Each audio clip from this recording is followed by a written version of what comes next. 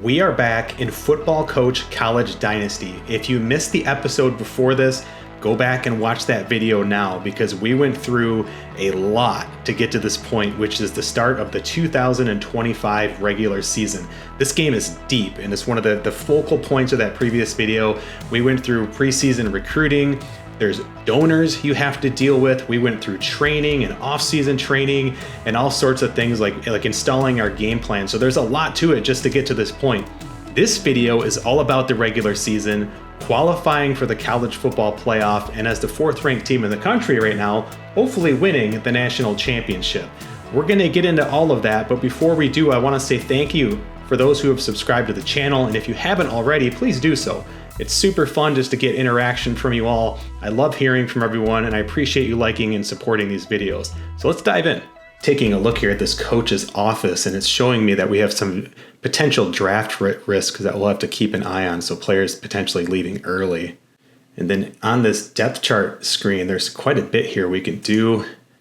Of course, we're still haven't played any games yet, but this is pretty cool that you can set all of this up. There's formation overrides.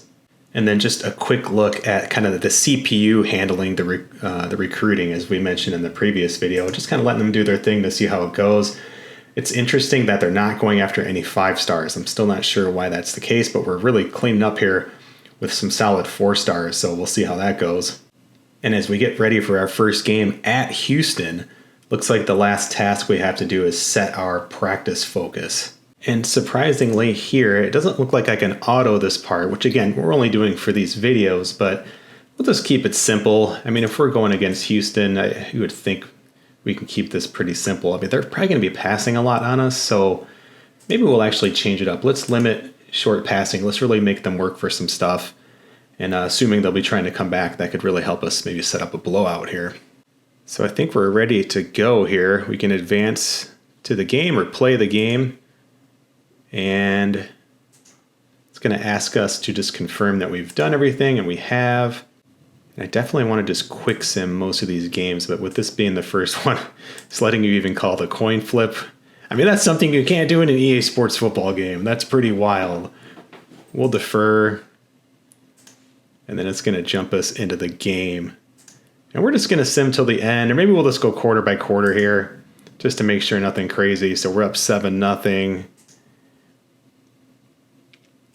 Sim till halftime, 24-10. Yeah, I mean, we're looking pretty good here. 38-10, end of the game. 45-17, Bama. Probably not a huge surprise here, but a pretty big blowout, 559 yards of total offense. And as we advance to the next week here, it just kind of consolidates all of the updates you'd be looking for. So no new injuries, that's good. No new commits, okay. And then we're probably going to see a lot of this as you start your new career, just a lot of like records being updated. I mean, it's the first game being recorded. Actually makes me think about checking the workshop to see if someone's created like an actual record book for NCAA football. That would be super cool. So week 2, we're against Mississippi State. Kind of just more of the same. We're going to keep the same game plan. Got a couple visiting for Alabama. Other than that, though, I think we're going to try just kind of the quick simming way here. So we're just going to advance to the week. Again, brings up the checklist. I did do the practice focus, I thought. We did have that set, but that's I think just asking me to run practice plays. And so, again, you can run practice plays. Oh yeah, I have to lock those in. So you can auto practice. Again, it doesn't do anything. We talked about this in the first video. It's just kind of shows you like, yeah, you're getting pretty decent yardage on this play, or maybe this play is not working so well.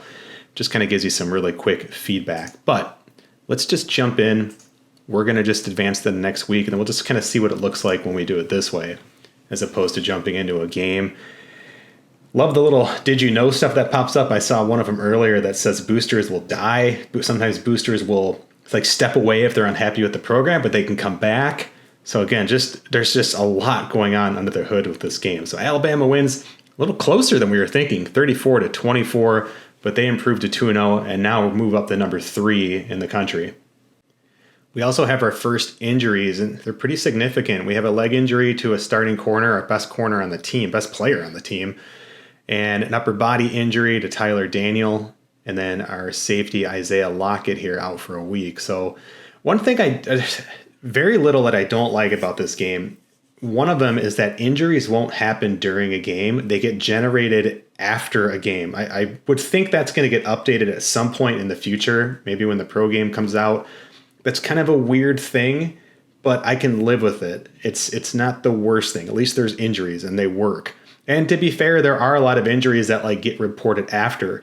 I think where it's a bit of a miss is that like you'll never have like your quarterback go down in the first quarter and now you got to scramble and use your backup. Like that will never happen. You'll always know if your backup quarterback's going to play, you'll know a week in advance. And it's just a little immersion killing with that. We have a big game with Texas coming up, and I'm just looking at the depth chart for these injuries, and I just noticed that these are actually minor injuries. And there's an option here, you can't see it behind the camera, but it basically says, like, do you want to auto-remove players who have, like, major injuries? When I click this, it's leaving these guys in. So I guess that's good news. We're pretty deep at receiver there, so that should be okay. And again, we're just autoing as much as we can just to get through this video. For this Texas game, looks like they like to pass first, so we're going to try to limit that. And hey, let's open it up this week. Let's see how this goes. If we kind of throw them a curveball, we're going to go downfield passing, start to open things up against Texas. And one of the tasks that they do ask you each week is to adjust your game plan. I haven't been doing this. I'm just kind of letting it go for this video. But of course, you could really, really get in depth. And this is some of the stuff we went over in that first video. So we're ready to go. We're going to advance against Texas here. We are all set. We do have some players visiting. I wanted to show you that as well because I think that's going to be, this is an important game for sure. Got a couple of recruits here, an actual 4-star human joystick wide receiver. So yeah, this would be a big, big win against number 8. Let's see how it goes. And Alabama takes their first loss, 31-21 at home. And that's a pretty big loss as number 8 comes in and upsets us. One thing I should mention for you about this game too is like it's kind of, you play it in iron mode. I think you can maybe back up your file like offline, like just literally going into the folder and maybe copying it. I don't even know if that works, but like how it's built into the game is like once something happens, that's it. Like you can't load your file. You just click into it and it opens. So we're stuck with this right now. And so Alexander Pollock out with a minor injury. And we have a player coming back. I love that. Letting you know what players are coming back. That's super helpful. If you've ever been kind of stuck in EA college football, sometimes that can kind of throw you for a loop a little bit where you're like, wait a second, I forget who's even hurt last week. So that's really cool. View official visit. So you get some feedback here and kind of see how the points are happening. So it looks like it didn't really hurt us too much with these players who were visiting. Week 4, Alabama wins, but we just squeaked by an 0-3, now 0-4, fighting a Illini team. So what's going on in Tuscaloosa right now? Probably about a quarter of the way through the season, and we'll just kind of scroll through and just take a look here at Alabama. Lots of injuries. Love seeing that. That's a realistic looking injury report. Luckily, a lot of these are minor. 80 still, just kind of middle road with us. So that's exciting. We are still ranked number 9, even after that tough loss and then kind of a tough showing against Illinois. And you can see kind of the donor updates here. So far haven't really like impressed too much. It's still really early. Some of these aren't going to trigger till the end of the year as well. But week 5 has us going at Georgia, the number 1 team in the country. They're 4-0. It's going to be tough. I mean, if you look at kind of their offense, we kind of break even. Like we should be able to hold with them while we're on defense. On offense, it's going to be a struggle for us. And so I'm kind of thinking like we stick to what we do, which is short passing game. On defense, let's try to stop their run. Let's try to make them one-dimensional. It's kind of just an old-fashioned approach to it, but let's see what we can do. Now, Georgia, they're recruiting some 5-star guys, so that looks to be working. I'm not exactly sure why Alabama hasn't wanted to do that, but maybe it has to do with me being a new coach and maybe my prestige or something. I haven't really dug into why, but we got some big-time players here, and maybe we can make some inroads with some of these top recruits, but I don't even see Alabama on many of these lists outside of Jack Matthews. So we're going to go quick passing, and we're going to go stop the run. We're going to lock those in. And boy, we're getting ready for a tough game here against Georgia. Let's go with the kind of quarter-by-quarter sim this time. This is a big game, so we'll take this one a little bit slower. We're ready to start. We're going to flip the coin again. Called heads. We lose. We're going to receive. And we're going to simulate quarter by quarter. Georgia winning 3-0. Again, we'll take that on the road. Let's sim to halftime. 10-0 Georgia. Okay, come on. We're not out of it. 20-0. It's not looking good. Let's go to the last 5 minutes. Still 20-0. 27-0. So not a great showing for the Crimson Tide.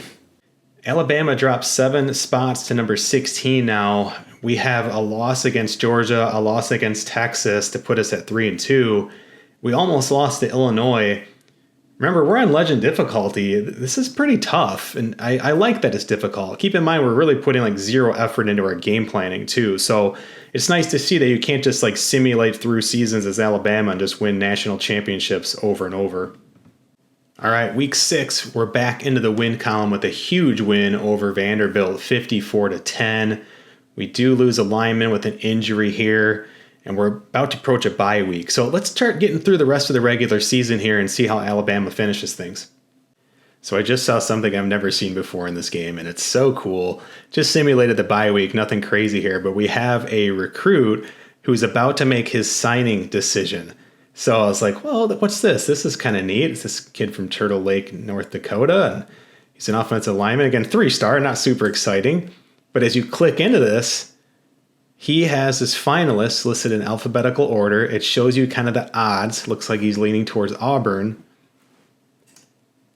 And it is Auburn. That is so cool. About halfway through this season now, and again, a couple players considering the draft. We have quite a few transfer risks. Mostly it looks like having to do with playing time. Week 8, Alabama wins over 1-5 Arkansas, but it's by 6 points. I guess it's good news that we improved to 5-2. We're ranked at number 14. We got to get into this playoff. Week 9, Alabama wins 42-24.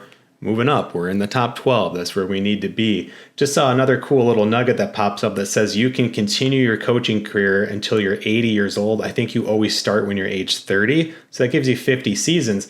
But after that's done, you can actually continue it in that school mode like we are here.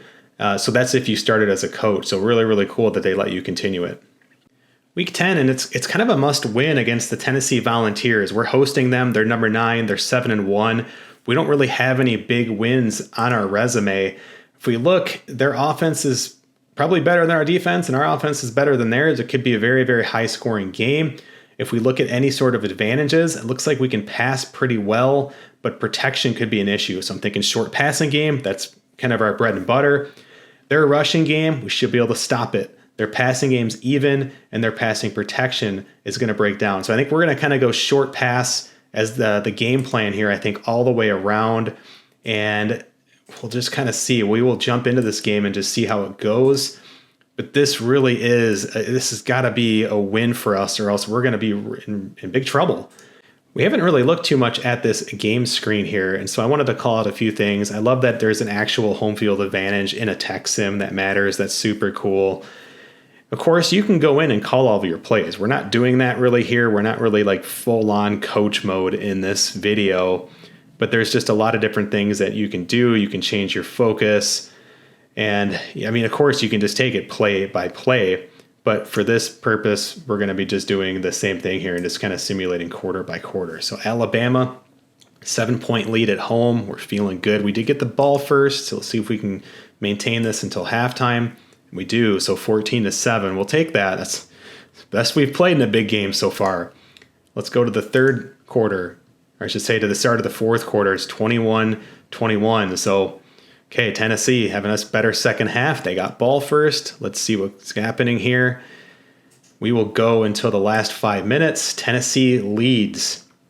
So we have 4th and goal at the Tennessee 4 is the next play. Let's see if we can tie this. We do not.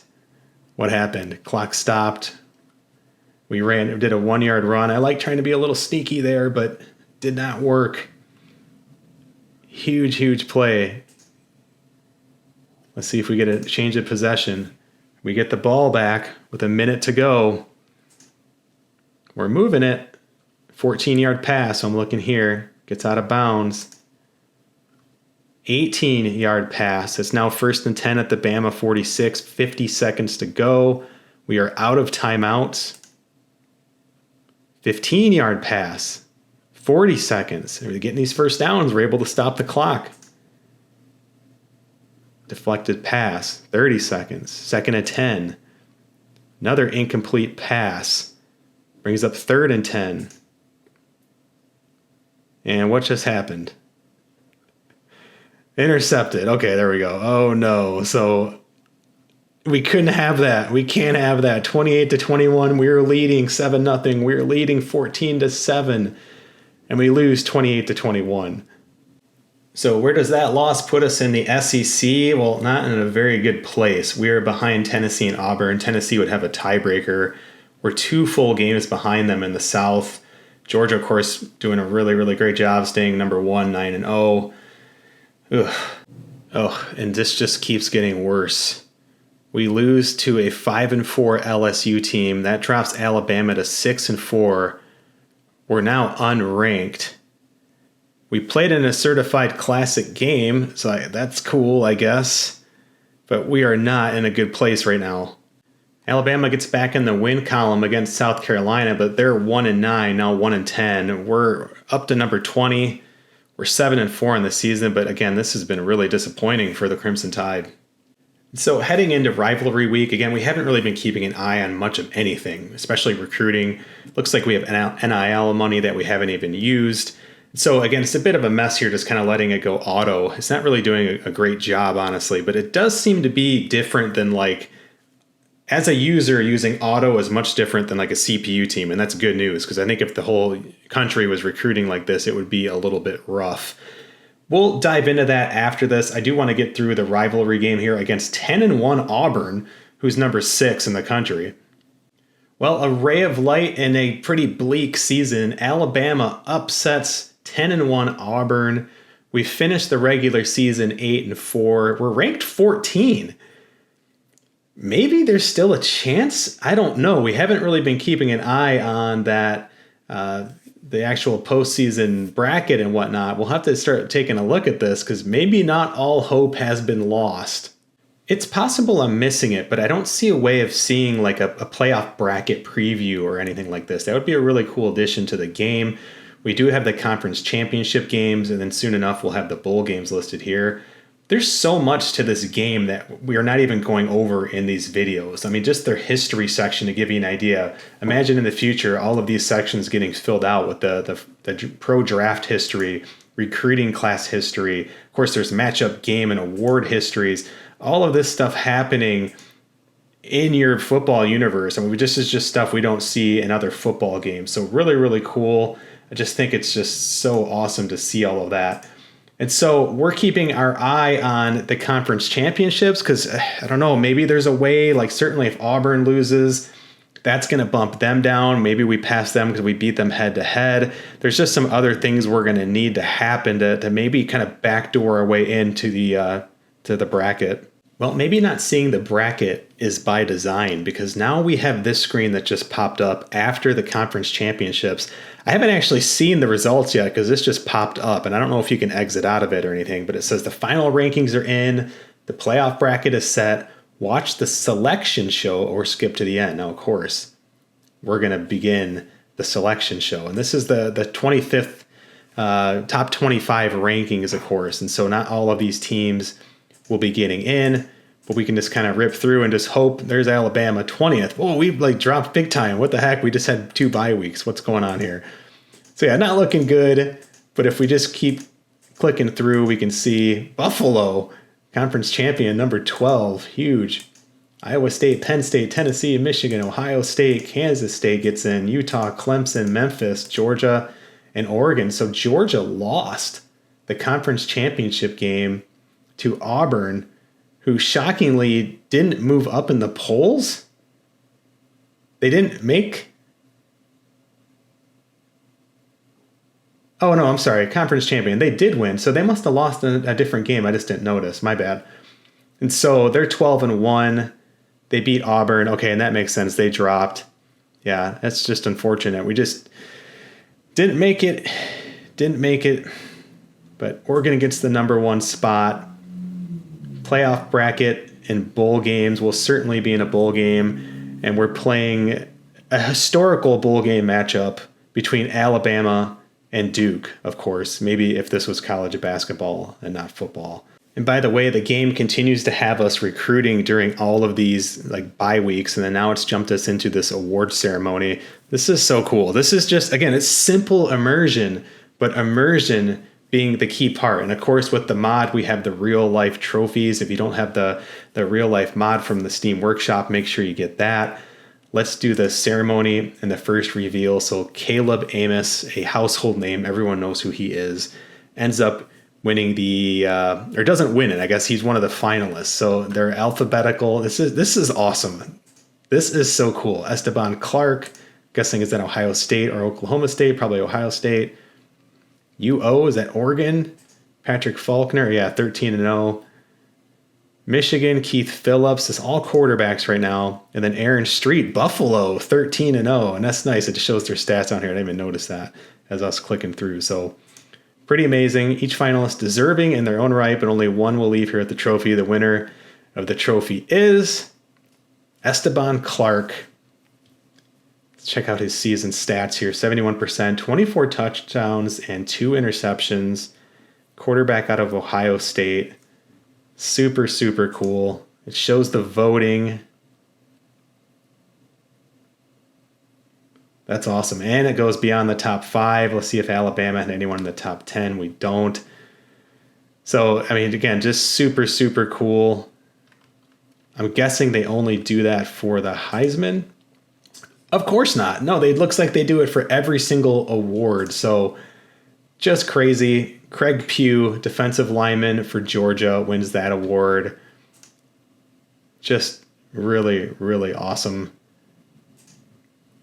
Yeah, super cool. This game, again, I mentioned in the first video, like just getting better player visuals or giving us the ability to like add in better player visuals easily. And maybe it is there. I just haven't seen a mod for it. But again, we don't have a real life roster. So even if we did, like matching up the names is going to be a little bit tricky. But this screen's going to look so clean when they get those real images in. So this is just awesome. I won't even click through all of these, but just know that, I mean, there's just a really, really nice list here.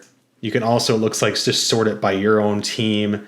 And so we had an all-conference player. I mean, that's all we had all season long. I mean, I'm not being ungrateful, but we're Alabama. We had one offensive lineman as an all-conference player, and that's it. Really nice season, but oh, what a disappointing year.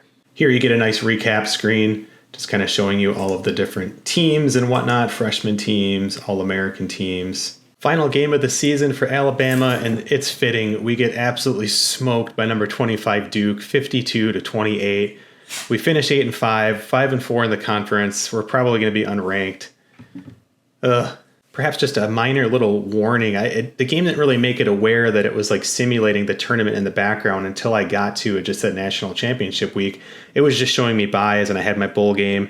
So just know that like those games are still happening if you want to kind of watch it round by round. But here we can take a look at looking at the Final Four. Michigan beats Utah by 5. Georgia blows out Kansas State. Looks like Georgia's blowing out everyone on their way to a potential national championship. So Georgia versus Michigan. It's in Phoenix. That's going to be the national championship here.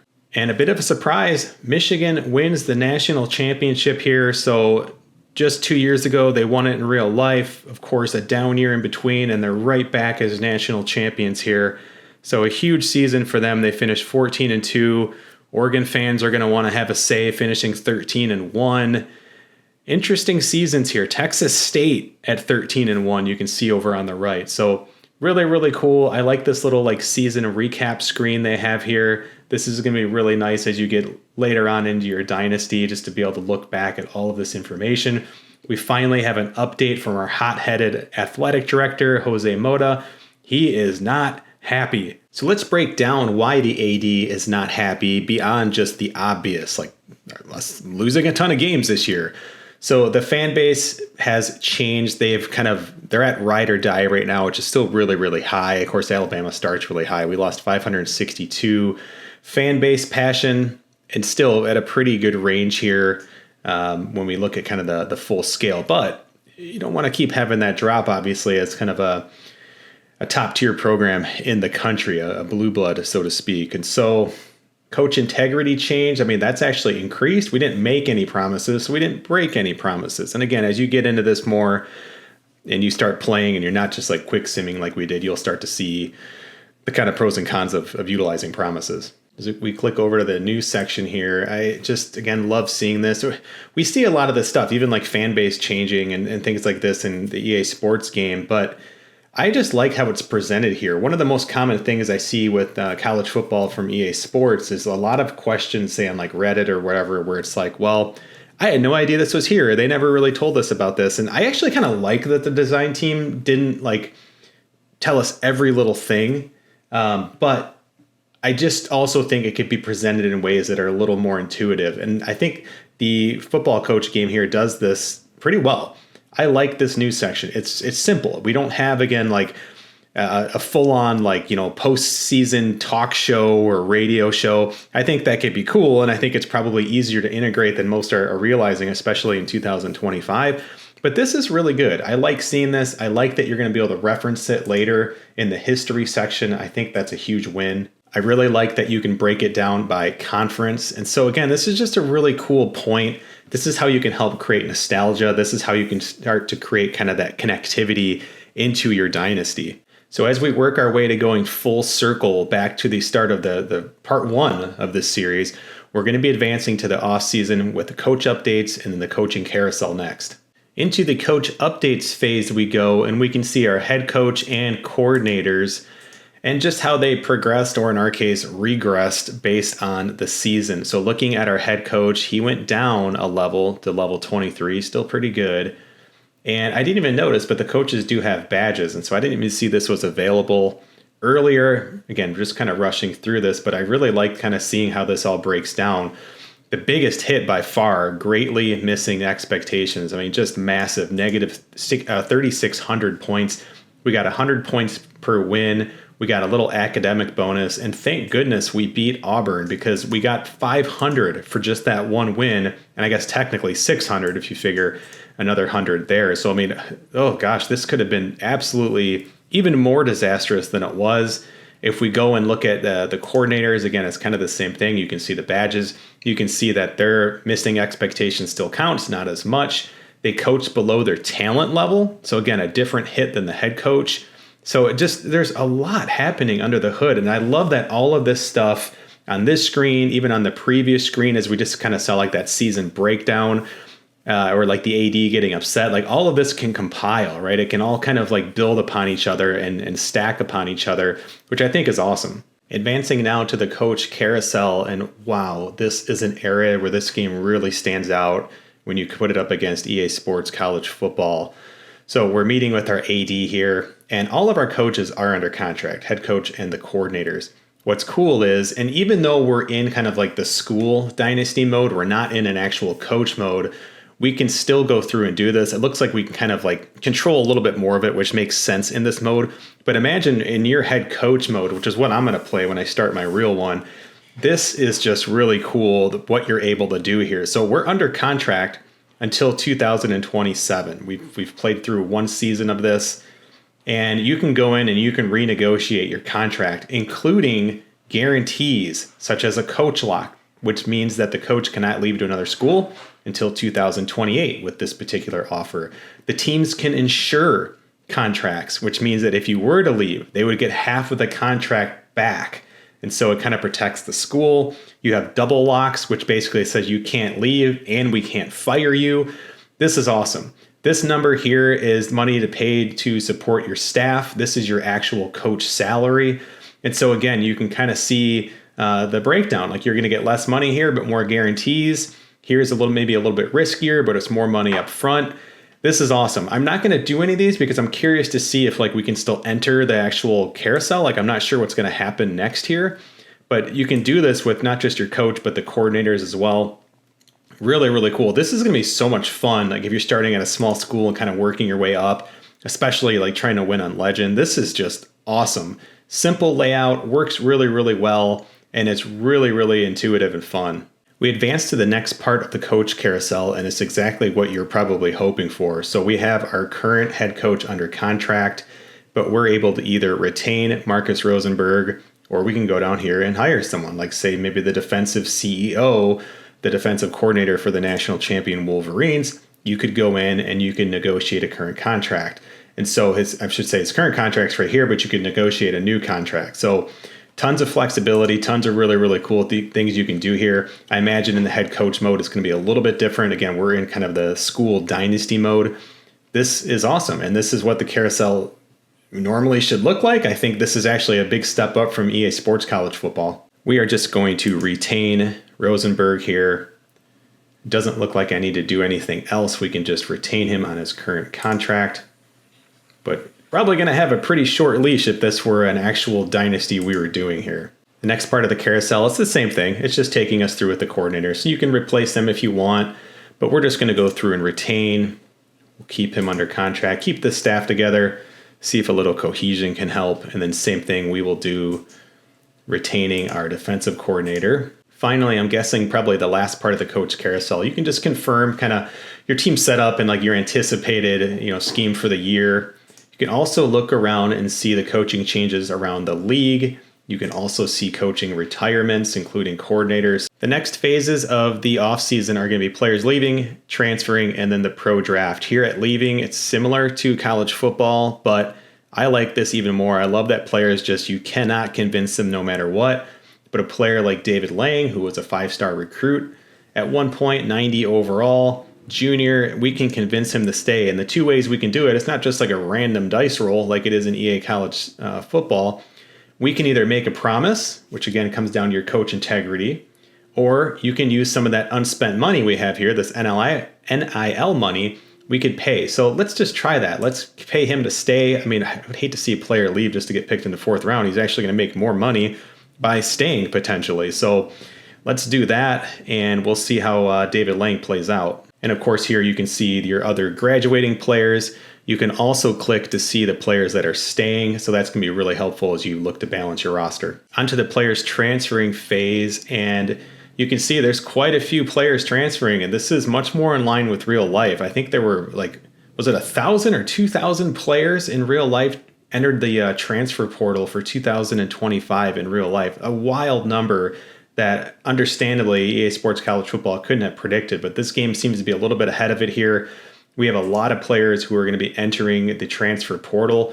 You can also cut players here. So you want to spend a lot of time on the screen going through looking at the scholarships you have and kind of your roster depth and just making sure you're not creating any, kind of roadblocks for players and their development. I stand corrected too on the NLI money. We actually started with 19 million. So it does look like the CPU was using this. You can see they committed like over 11 or 12 million or so, 13 million almost to NIL offers. We convinced the one player to stay. We ended up getting money returned from players leaving. So again, some of this money we gave out, I guess, for, they're paying it back because they're leaving university. So we actually increased from where we were in the previous screen with our NIL money. Last, it's important to note that you're transferring players.